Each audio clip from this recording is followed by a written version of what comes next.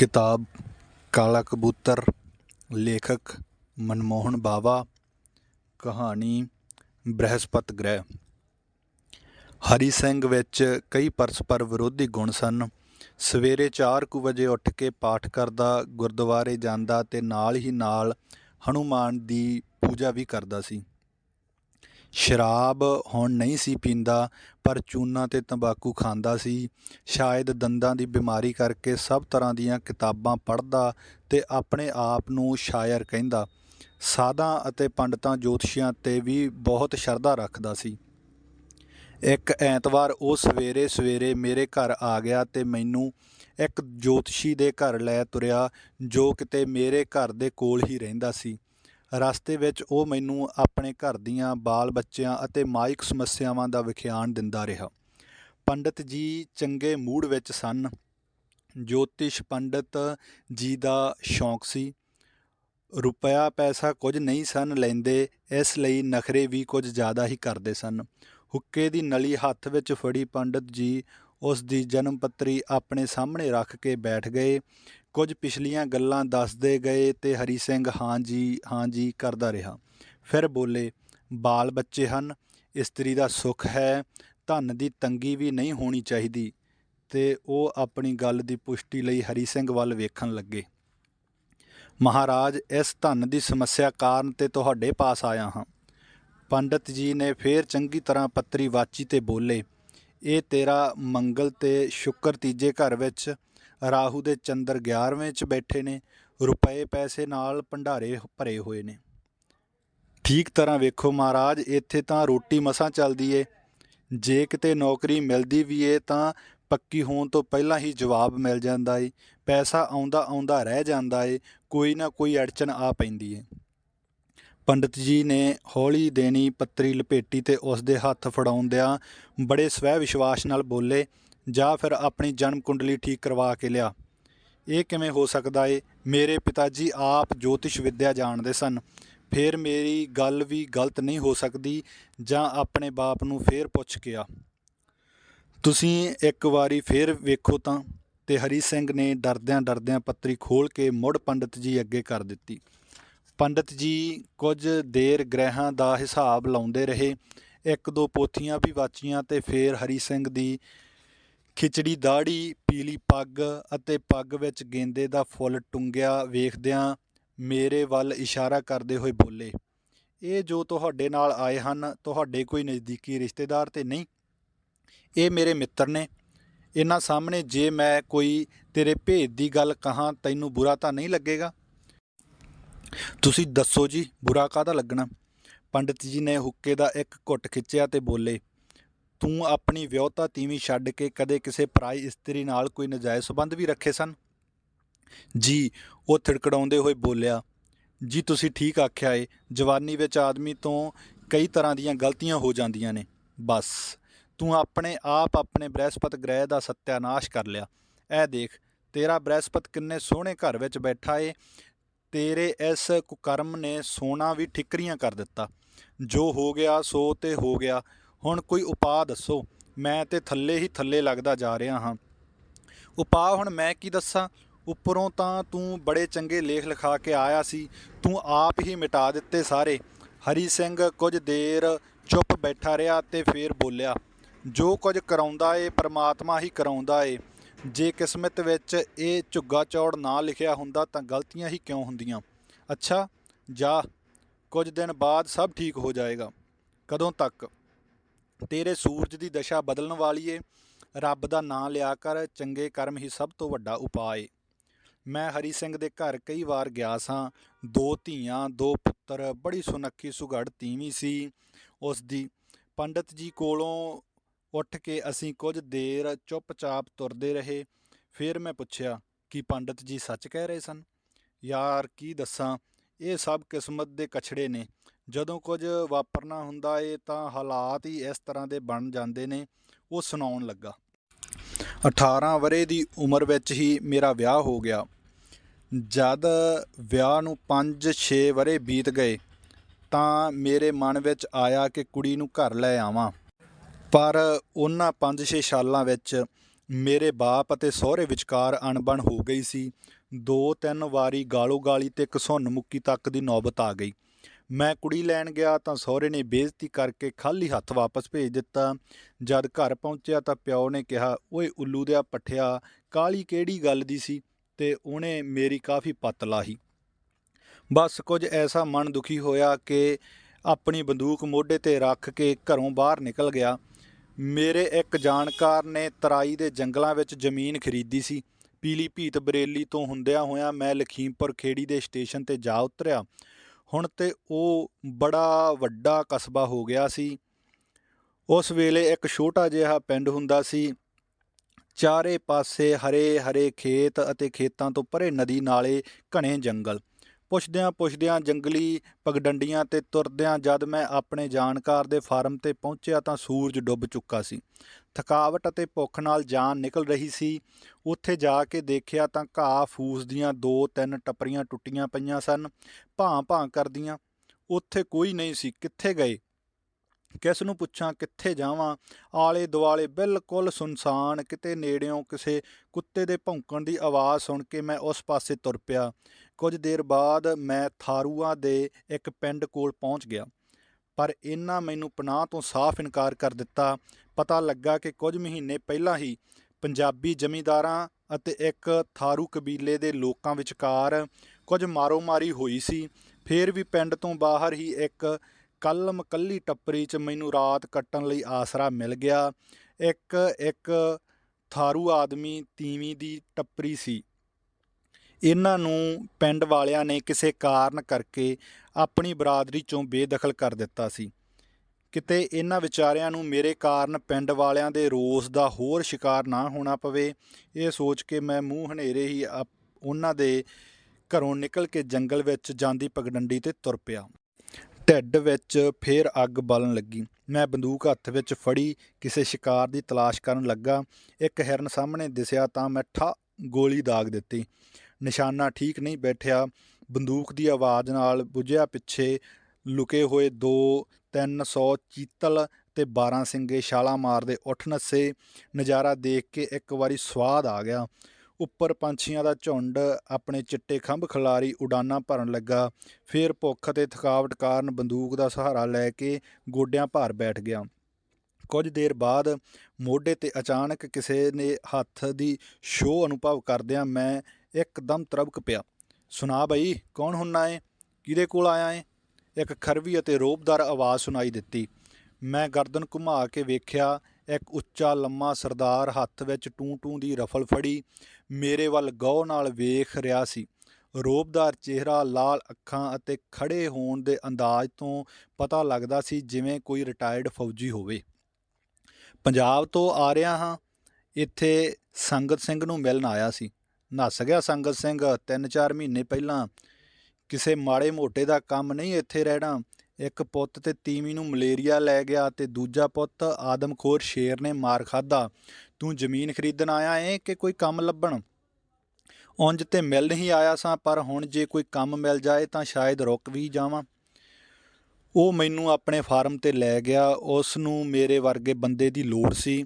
ਉਸ ਕੋਲ ਜਿਹੜਾ ਵੀ ਆਉਂਦਾ ਥੋੜ੍ਹੇ ਦਿਨ ਕੰਮ ਕਰਕੇ ਦੌੜ ਜਾਂਦਾ। ਬੜਾ ਸਖਤ ਤੇ ਖਬਤੀ ਕਿਸਮ ਦਾ ਆਦਮੀ ਸੀ। 300 ਘੁਮਾਂ ਜ਼ਮੀਨ, ਵਿੱਚੇ ਖੇਤ, ਜੰਗਲ ਤੇ ਨਦੀ, ਨਾਲੇ ਟਰੈਕਟਰ, ਘੋੜਾ, ਗੱਡਾ, ਗਾਈਆਂ, ਮੱਝਾਂ, ਸਭ ਕੁਝ ਸੀ।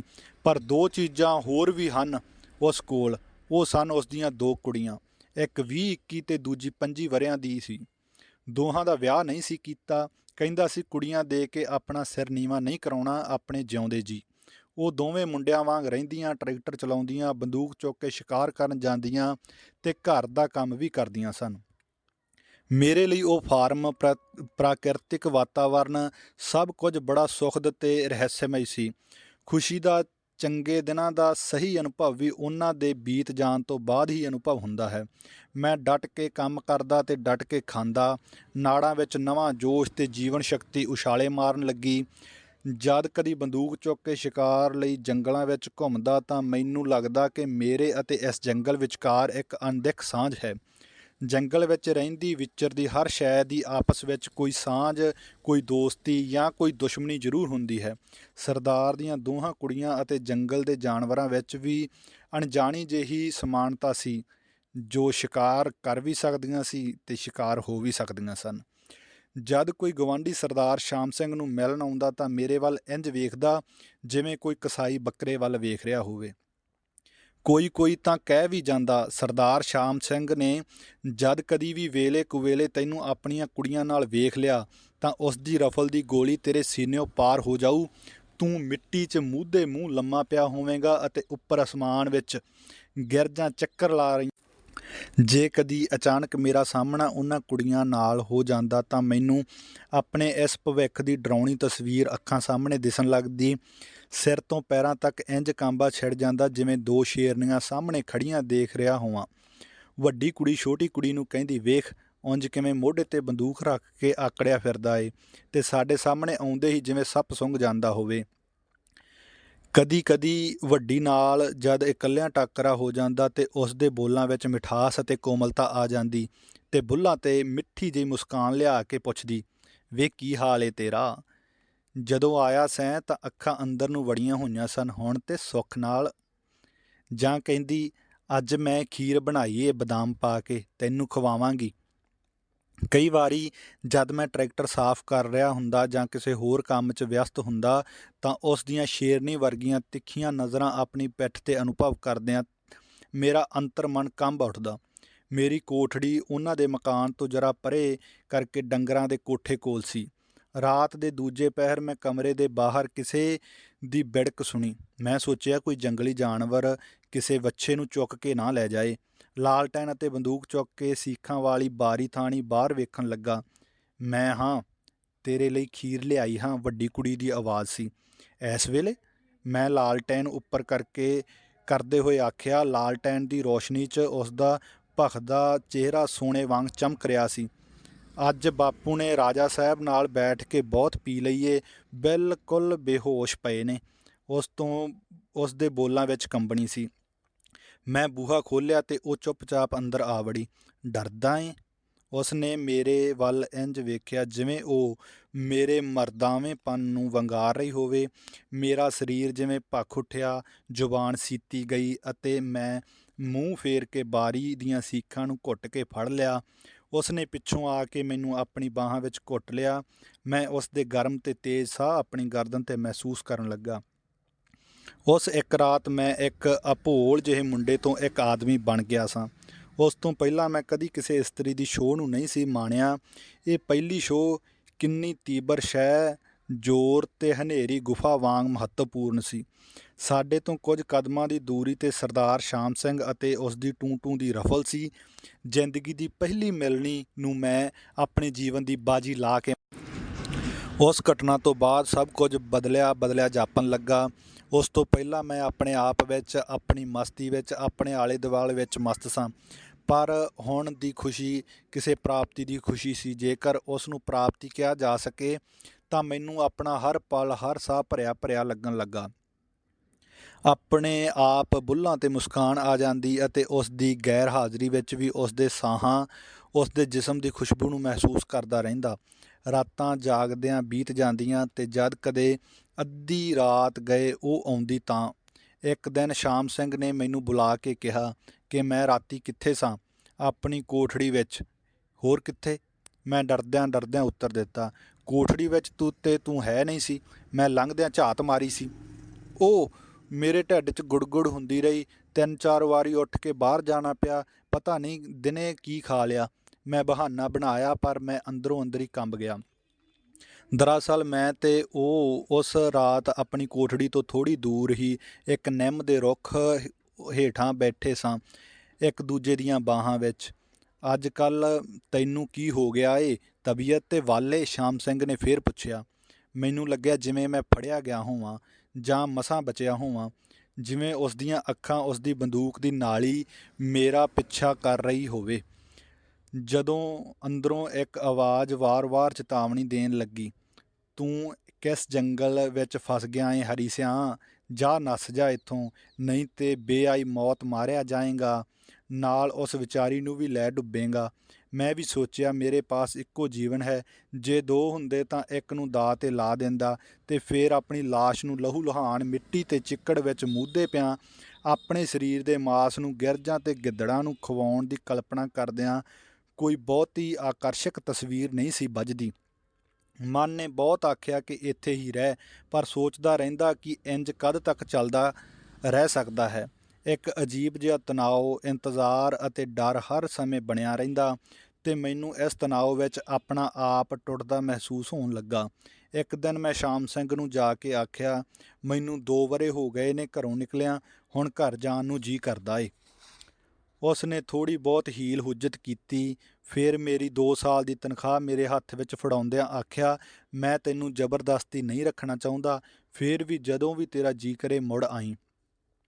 ਵੱਡੀ ਤੇ ਛੋਟੀ ਦੋਵੇਂ ਮੇਰੇ ਨਾਲ ਚੁੰਬੜ ਕੇ ਕਿੰਨਾ ਰੋਈਆਂ, ਇਸ ਦਾ ਮੈਂ ਵਰਣਨ ਨਹੀਂ ਕਰਾਂਗਾ, ਨਾ ਹੀ ਕਰ ਸਕਦਾ ਹਾਂ। ਮੈਨੂੰ ਅੱਜ ਵੀ ਲੱਗਦਾ ਹੈ ਕਿ ਵੱਡੀ ਤੇ ਛੋਟੀ ਦੋਵੇਂ ਆਪਣੇ ਆਪਣੇ ਢੰਗ ਨਾਲ ਮੈਨੂੰ ਦਿਲੋਂ ਪਿਆਰ ਕਰਦੀਆਂ ਸਨ। ਕੁਝ ਦਿਨ ਤੱਕ ਮੈਂ ਇੱਧਰ ਉੱਧਰ ਬੇਮਤਲਬ ਘੁੰਮਦਾ ਰਿਹਾ। ਫਿਰ ਕੱਪੜੇ ਦੇ ਕੁਝ ਥਾਨ ਖਰੀਦ ਕੇ ਪਲੀਏ ਤੋਂ ਨੇਪਾਲ ਦੇ ਇੱਕ ਕਸਬੇ ਧਨਘੜੀ ਜਾ ਰਹੇ ਰਸਤੇ 'ਤੇ ਤੁਰ ਪਿਆ। ਇਹ ਰਸਤਾ ਦੁਧੂਆ ਦੇ ਘਣੇ ਜੰਗਲਾਂ ਵਿੱਚੋਂ ਹੋ ਕੇ ਲੰਘਦਾ ਸੀ।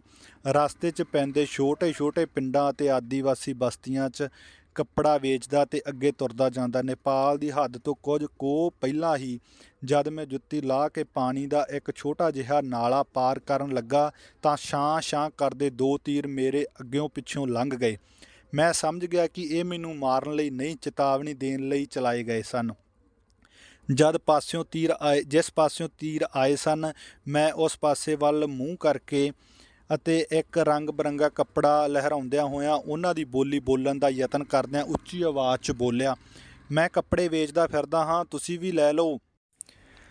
2 ਨੰਗੇ ਜਿਹੇ ਸਰੀਰ ਰੁੱਖਾਂ ਪਿੱਛੋਂ ਨਿਕਲ ਕੇ ਸਾਹਮਣੇ ਆ ਖੜ੍ਹੇ ਹੋਏ। ਉਹਨਾਂ ਤੇੜ ਲੰਗੋਟੀਆਂ ਬੰਨ੍ਹੀਆਂ ਹੋਈਆਂ ਸਨ ਅਤੇ ਤਾਂਬੇ ਰੰਗੇ ਸਰੀਰ ਧੁੱਪ 'ਚ ਚਮਕ ਰਹੇ ਸਨ। ਉਹਨਾਂ ਦੱਸਿਆ ਕਿ ਇਸ ਤੋਂ ਅੱਗੇ ਤੋਂ ਸਿਰਫ ਆਦੀਵਾਸੀ ਜਾਂ ਜੰਗਲੀ ਜਾਨਵਰ ਹੀ ਜਾ ਸਕਦੇ ਹਨ। ਉਹ ਮੈਨੂੰ ਆਪਣੀ ਬਸਤੀ 'ਚ ਲੈ ਗਏ। ਰੰਗ ਬਰੰਗੇ ਬੂਟਿਆਂ ਵਾਲੇ ਕੱਪੜੇ ਦੇਖ ਕੇ ਉਹਨਾਂ ਦੀਆਂ ਜਨਾਨੀਆਂ ਮੇਰੇ ਦੁਆਲੇ ਆ ਇਕੱਠੀਆਂ ਹੋਈਆਂ।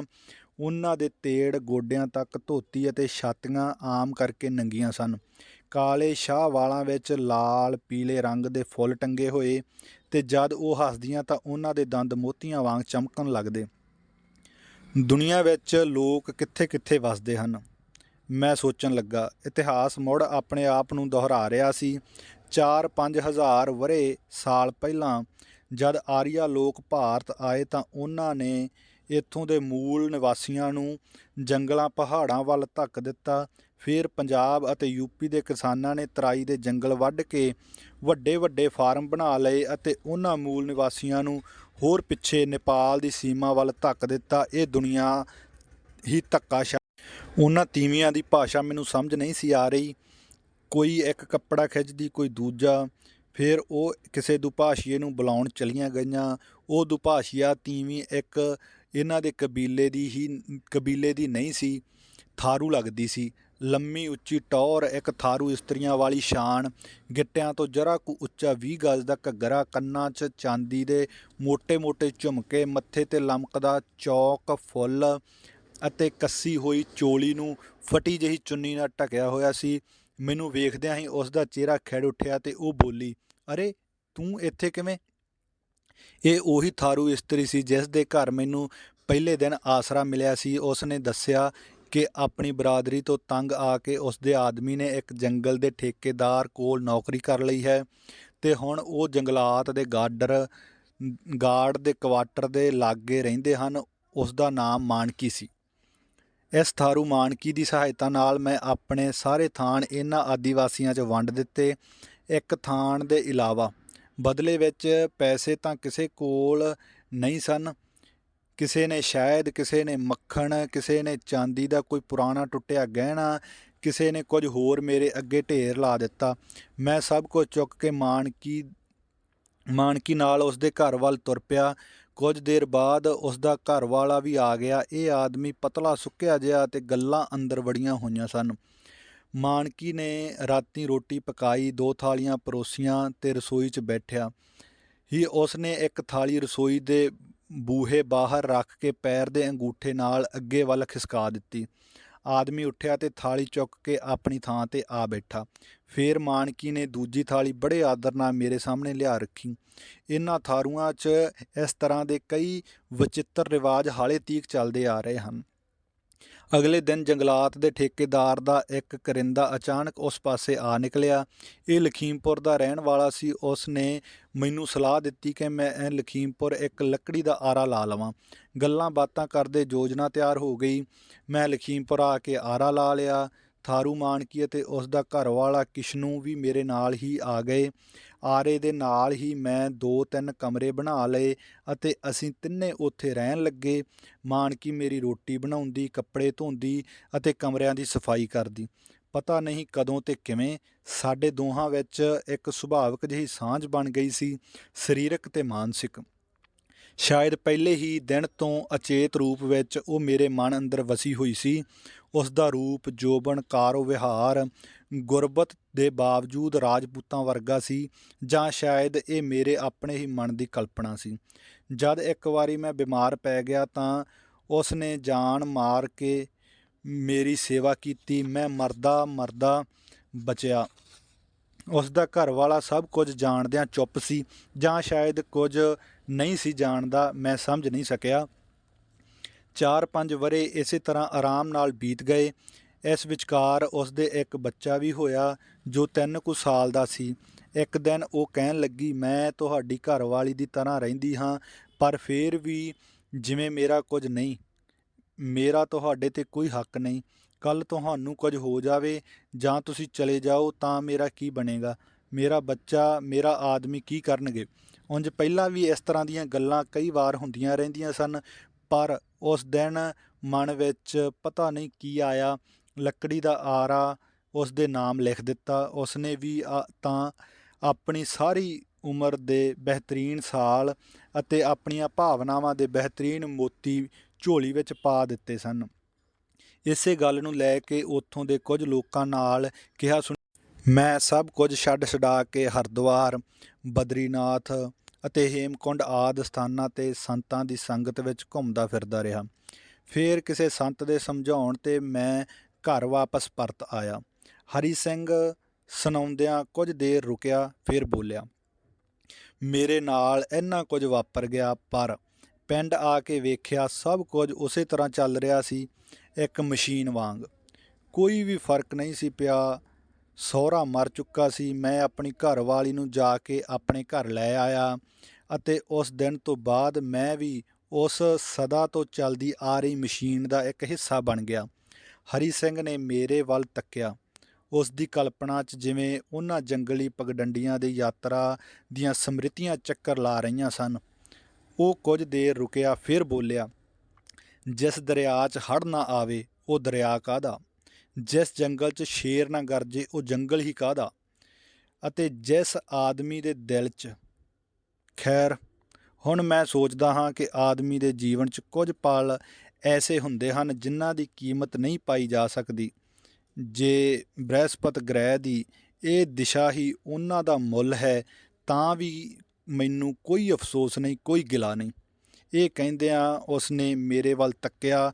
ਉਸ ਦੀਆਂ ਅੱਖਾਂ ਵਿੱਚ ਅਜੀਬ ਜਿਹੀ ਚਮਕ ਅਤੇ ਬੁੱਲ੍ਹਾਂ 'ਤੇ ਰਹੱਸਮਈ ਮੁਸਕਾਨ ਖੇਡ ਰਹੀ ਸੀ।